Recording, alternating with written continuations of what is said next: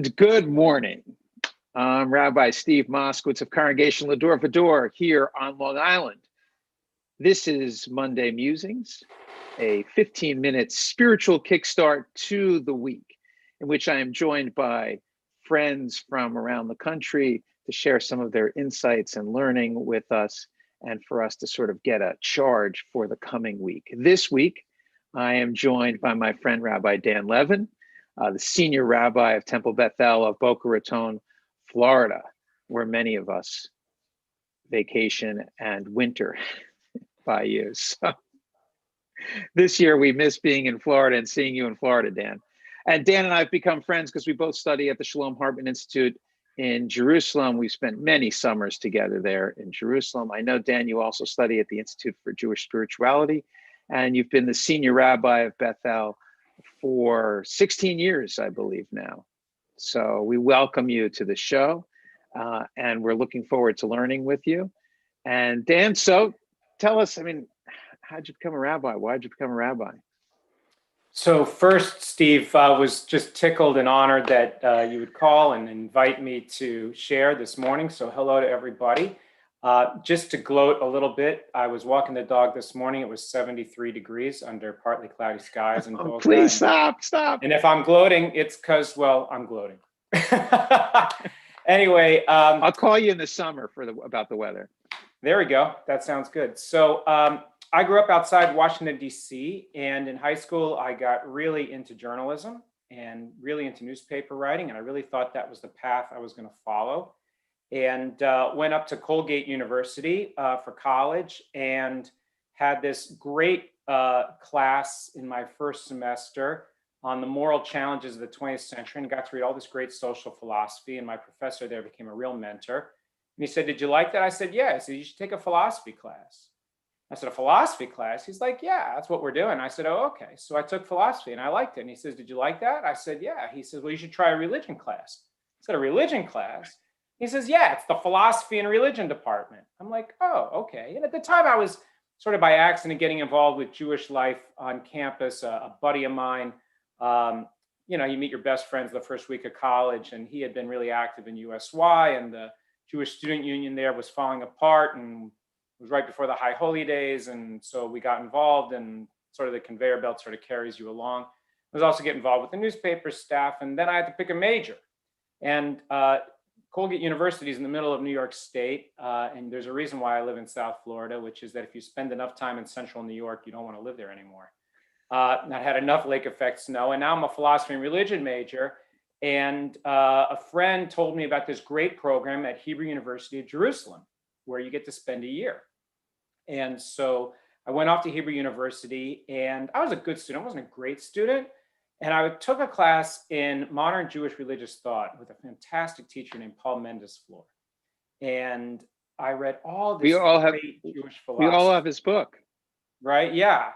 And he blew me away. And I was reading his assignments like until 3 a.m, reading and rereading all of this great Jewish philosophy. And at the same time, I was spending 3 days a week in an ultra-Orthodox yeshiva in the Old City. 2 experiences I had never had. It was this amazing ping pong ball match.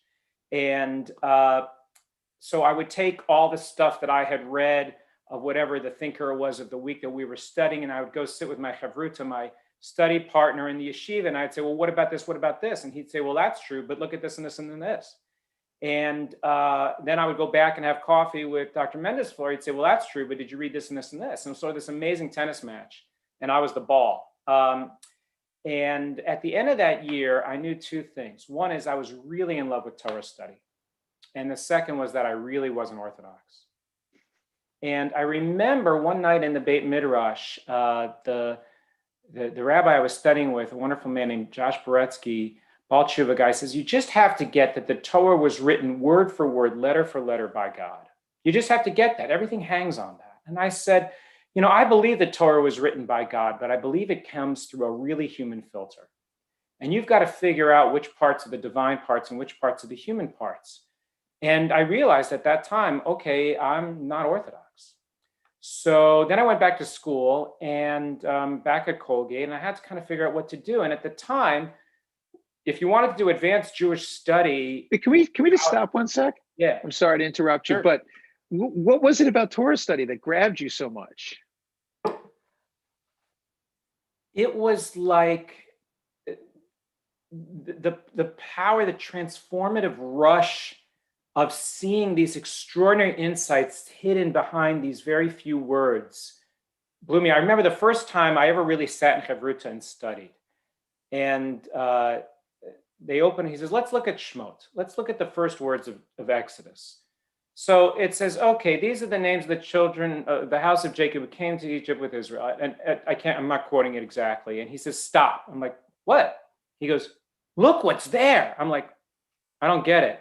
And we spent an hour talking about who was Jacob and who was Israel, and what does it mean to have these two different parts of you, and what does it mean to go to a place called Mitzrayim, which means the narrow place, and what do you need when you go into a narrow place?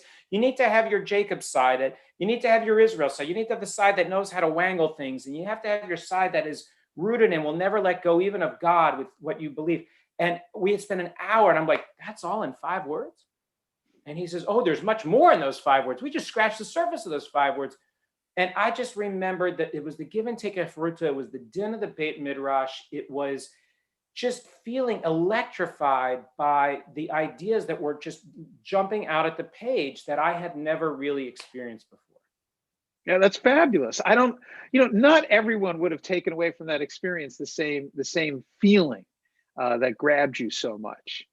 Some might have found it frustrating that we were only still on 5 words. Yeah, to me, I would have spent another month on those 5 words. Yeah, that's great. And I think I don't think my congregation or people watching and listening realize that you're a fellow Reform rabbi, and so I want to make sure. Yeah, I know. So because the way you were describing it, people might not realize that. So keep going. I love what grabbed you. So anyway, so I went back to school, and at the time, the only way you could do advanced Jewish study in the style that I wanted, which was Torah study, not academic study, was to go to rabbinical school. There are places now that you can go for that kind of stuff, but I wasn't aware of them, and I didn't know about them. I was pretty sheltered. And so I went off to the Hebrew Union College. And I didn't think I was going to do congregational work. I thought what I really wanted to do was to create like a center of adult study. I was sort of in search of that buzz that I had felt in the Beit Midrash, but trying to find it in a non-Orthodox context. But the more time that I spent in synagogues, the more I realized that was really where I wanted to be. Wow, that's great. I have to say, I didn't realize this part of your biography. I mean, I had a very similar path to rabbinical school. I mean, Franklin and Marshall College, similar sized college, forced me to take a Bible class as part of their distribution requirement. And I was like, wow, this is mine. This belongs to me, and I can make this into a job too. I mean, so it was really just the same sort of electric experience and feeling of the study. And I never would have thought about that. I wanted to be a doctor, so I also had some sort of other idea about what I should do and what I should become. And so someone told me to take a class, and gave me the right book. And I think that's part of our job as rabbis. Here's a book for you. So yeah. Thank you for reminding me of that. Yeah, it's like, the story in Joseph where there's this anonymous guy that says, oh yeah, your brothers are over there. Like, if it isn't for that ish, right? If it isn't for that one anonymous man, then the whole story doesn't happen, right? That's nice. And we all have that ish, right? Or isha, depending on who it is, right? That man or woman that sort of says, go over there, and that transforms your experience, your whole life. That's right. That's great. So we promised people you have some interesting ideas about love, and you like to teach about love. So share that philosophy and theology about that. Sure. So I think the word love is probably one of the most hackneyed, overused, transcendent expressions that exists in human experience. And I didn't really know what love was. I was telling you this story the other day when I was in high school. I thought I was in love with this girl, and I asked my dad, who was the smartest guy I knew, how will I know if I'm in love? And he kind of laughed and he said, you'll know. I'm like, that's a stupid answer. Really? He's like, you'll know. So anyway, Robin eventually dumped me and married some other guy, and I'm over that now. I'm glad we could talk about it, Dan. Yeah, we're good. So anyway, at Hebrew University, in addition to transforming my life spiritually and intellectually, I also met Amy, my wife, now almost of 27 years. And when I met her, I remember calling my father from the bomb shelter payphone, where you had a place to call America in the late 1980s. And my dad answered. I said, I know. But I didn't really know. And I remember on my wedding day was the first time I had ever shed tears of joy. I just didn't know I had never been introduced to that depth of spiritual connection experience. But I remember when my son was little, he was learning how to walk. And he's 23 now, he's gotten the hang of it. But when he was little, he's walking along, and there's a very unfortunate sound a small boy makes when he falls headfirst on a tile floor in Florida, which is like a thud or a thwack. And he would go, and I'd go, ow!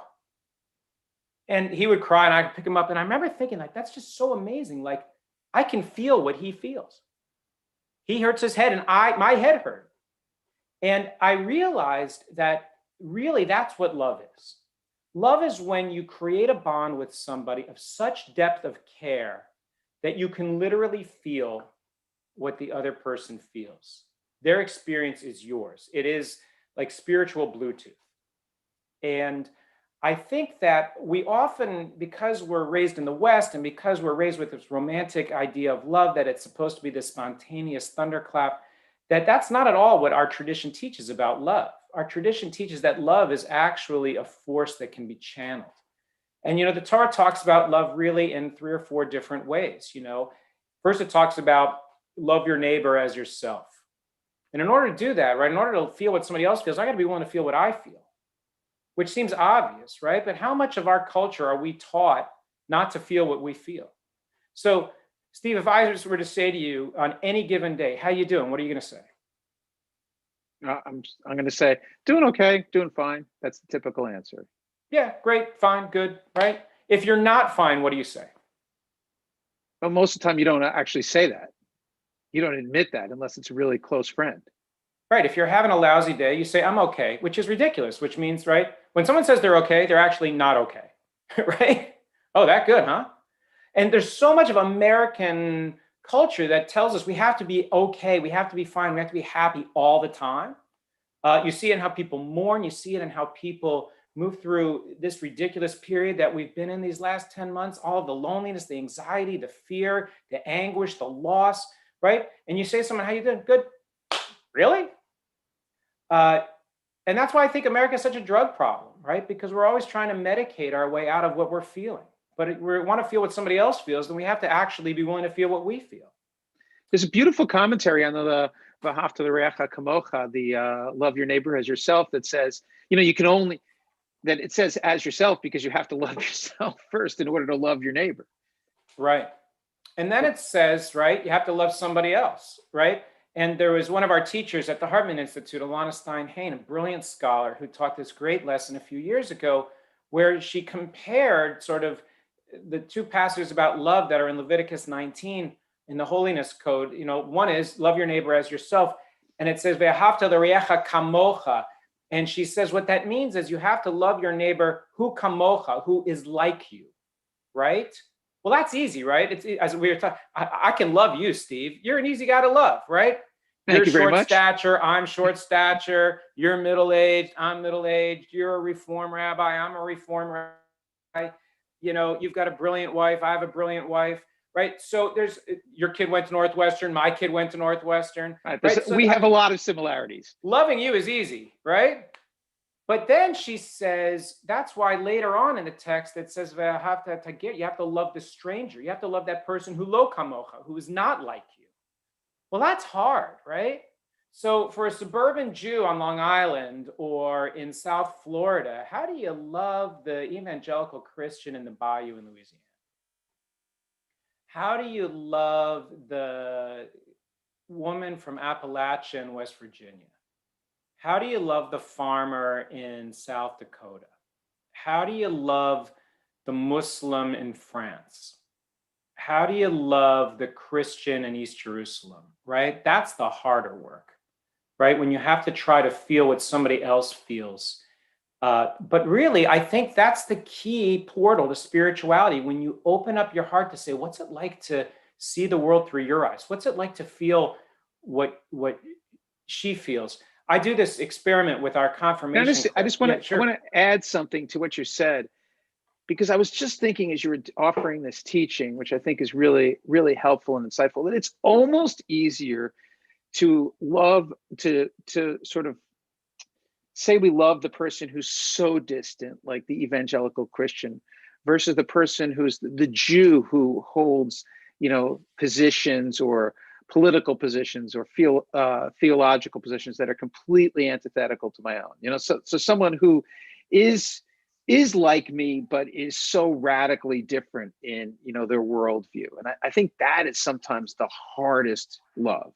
Yeah, I think that part of the reason why my journalist background influences so much of sort of who I am is because I was taught very carefully, no one's got a monopoly on the truth, which is why you got to get a lot of sources to understand a story. You can't write a story from the perspective of one witness. You got to get this person and that person, because no one has a full possession of the truth, which is why I'm always so curious about how people who look at the world differently than me think about the world, and how much I learn from them, even if I'm not likely to agree with them on all kinds of things. How much do I have to learn from someone who has a different political stance or a different history or a different religious perspective or a different background? Not that I surrender my beliefs, but I can grow my beliefs from that dialogue encounter. I absolutely believe that there's, you have to be open to learning from everyone.